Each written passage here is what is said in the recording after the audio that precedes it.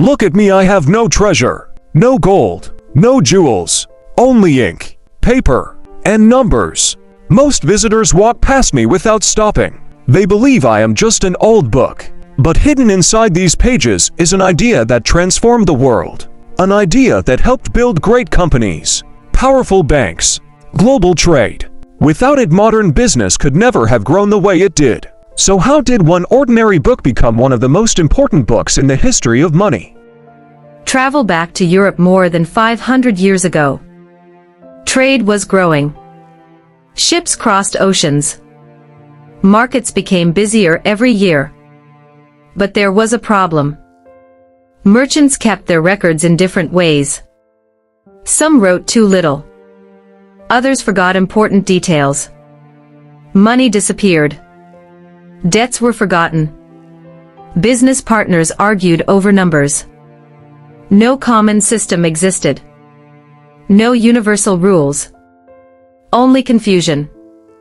As trade expanded, the risks grew larger. The world needed a better way to understand money. And soon one remarkable mind would change everything. He wasn't a king. He wasn't a wealthy merchant. He wasn't the owner of a great bank. His name was Luca Pacioli, a mathematician, a teacher, a careful observer of the world around him. He watched merchants buy and sell. He studied their ledgers, their successes, their mistakes. Then he realized something extraordinary. The problem wasn't the numbers. It was the system. In 1494 he published a remarkable book, not to invent business, but to explain a method that merchants could finally use the same way. And that idea would quietly change commerce for centuries. Luca Pacioli didn't create a miracle. He explained an idea so clearly that it changed the future. Imagine you spend 10 gold coins. Those coins don't simply vanish. They leave one place and arrive somewhere else. Every transaction has two sides. What leaves? And what arrives? That simple principle became known as double-entry bookkeeping. It helped merchants find mistakes, prevent fraud, understand their businesses. More importantly, it created a language that businesses around the world could all understand. More than 500 years later, that same idea still lives inside modern accounting. People look at these pages and see only numbers. I see stories. Every line records a decision. Every page captures a moment. A new ship was built. A merchant took a risk. A family business made its first profit. Success left its mark. Failure did too. An accounting book never judged. It simply remembered.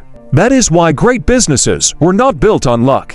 They were built on understanding. Understanding where money came from, where it went, and why. Because every number has a story. And every story helps shape the future.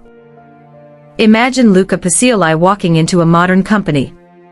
He would see computers, cloud software, artificial intelligence. At first everything would seem completely unfamiliar. But then he would open the accounting records. And suddenly he would smile. Because beneath all the technology, he would recognize the same idea. Every transaction still has two sides. Every balance must agree. The tools have changed. The speed has changed. The world has changed. But the principle remains almost exactly as it was more than 5 centuries ago. Few ideas in history have lasted that long. People often say accounting is about money. They are only partly right. Money can be counted. But trust must be earned. Every entry inside a ledger answers a simple question. Where did it come from? And where did it go? That question has guided merchants, banks, businesses, and nations for centuries. An accounting book doesn't create honesty, but it makes honesty visible. Because every number can be traced. Every decision can be understood. Every success and every mistake leaves a record.